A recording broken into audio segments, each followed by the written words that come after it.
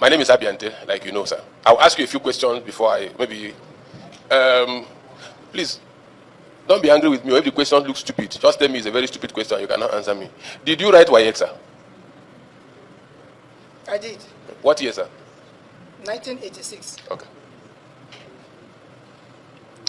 What time did you write your own exams? There were morning papers and there were afternoon papers. What time did you, can you remember the time? At that time, I remember it was 8 a.m. and then some papers were for 2 p.m. And you ended what time? Some of them go as late as 5 p.m. Good. So you didn't need to use candle or torchlight to write your own exams. It's a yes or no question. For me, as a person, no. During your time, you didn't use torchlight to write. Yes, for me, as a person, no. From what happened with the English papers, what was the average closing time for those who wrote the exams in a village like my own village? What? Because it's obvious. What time did they write the exams? Mr. Chairman, sir. No, what time did they write the exams? The average. Because I have on record what they sent to me, so I will also let you know, sir. From the information reaching me, yes, sir. Some places ended at around 9 p.m. Around? 9 p.m. 9 p.m. Okay. And some others ended when? That is the one before me, sir. Okay.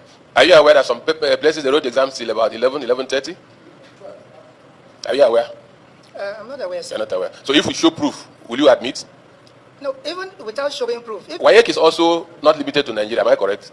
West right, Africa. Okay. Yes. Which other country did the candidates write exams by 11 p.m.? Which other country? I am not aware of any because... Except Nigeria. To the best of my knowledge. So it's only in Nigeria? To the best of my knowledge, yes. Good. So that is very easy to find. It is a collapse of whatever, logistics or gross incompetence. Am I correct? You have more than one country, 2, 3, 4 countries, and it's only in Nigeria that they had to write exams by 11 p.m. So other countries did very well in managing their logistics. In Nigeria, we failed. Admitted? Okay. Is it a fact, sir? In my village, there's no electricity. Not even in my own house, talk less of the school. Are you also aware that some people left for the examinations without food? They were hoping that when they finish writing the exams, they will get back to their houses to help their parents cook the dinner for that day. How will a small child, a candidate, wait until 11 on hungry, empty stomach? And the person will be assessed at the same level with the man in Maitama who probably sat in an air-conditioned classroom to write the same exam. Have we been fair to each other? So, what aspect of logistics failed? That's what we have come to. What logistics failed? You suspected that the exams were compromised. You had to make a way out. 3 days before that date. So, what aspect of logistics failed? You didn't know that the papers would get to Taraba. You didn't know that they would get to Jalingo. What part of it failed? So that we know how to address it in future. That's why we have called you, sir. All right, thank you, Mr. Chairman, sir. The students were never denied access to food or to any form of attending to conveniences. Like I said, just like when an exam is... So I'm going to stop you again. They were not denied access to food, but you just told us. Maybe I'm not hearing right. You just told us anytime it happens, the candidate, that's what you mean? Did you give them food? We do not give them food. No, yes or no? Did you give them food? We do not give them food. Good. So if somebody has to walk 3 kilometers to go and eat, and it's known that you must walk before you go and eat, how did you suffer the child? I said you didn't deny them access to food. Did you take statistics of the schools in the rural areas to know how many of them are boarding schools, how many of them are day schools? You didn't. Information reaching me, sir, is that the schools gave them food. But let me state here that our processes take care of situations like this, because we have instances when there are natural disasters, when the exam is going on.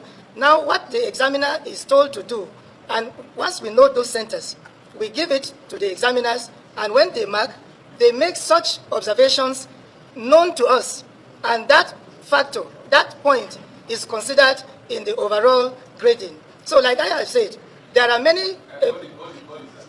So what you're telling us now is, sorry sir, go to observe that, and it is, maybe you make it up, you dash them marks. That's what you're trying to say. No. Sorry. I will now put it to you, sir, that the very thing you told us you were trying to avoid, that you indirectly or directly aided it. And I'll tell you how. You suspected that there was a leakage in the questions. No. you suspected that there was leakage. And to make sure that that is not true, you had to change the questions. Good. You allowed some people write by 3 o'clock. Some people wrote, you said it didn't affect everybody, correct? Good. And you kept my brothers, you kept my sisters, you kept my cousins in the village and allowed me to write the exam here in Maitama or here in Abuja. I finished by 5 o'clock. And my sister calls me and says, we have not started. No, you have not started. Okay, question number 1.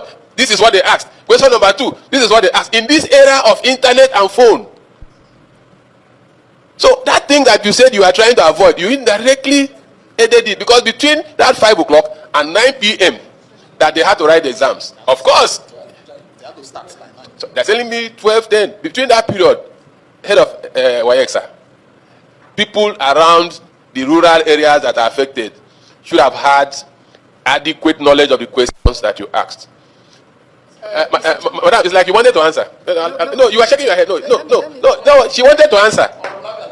Let the head of Waec, who is willing to answer. Please. It is renewed biannually, and such infractions and actions and inactions are clearly spelled there, and the way to proceed with such infractions when they arise.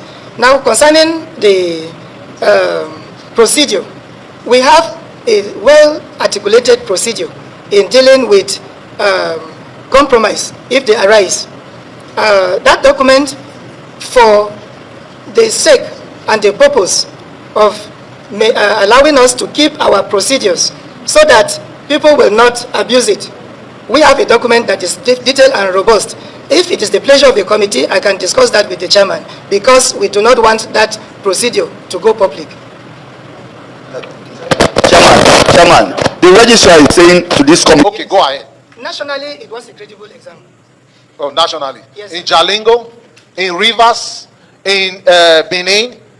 So everyone written under that condition was a credible exam. You see, that's why I said national. There are pockets of places that had challenges. Okay, those pockets of places, were those exams credible? Yes or no? Substandard. You are redefining my question. I prefer to use the word credible. CBT examinations in 2026.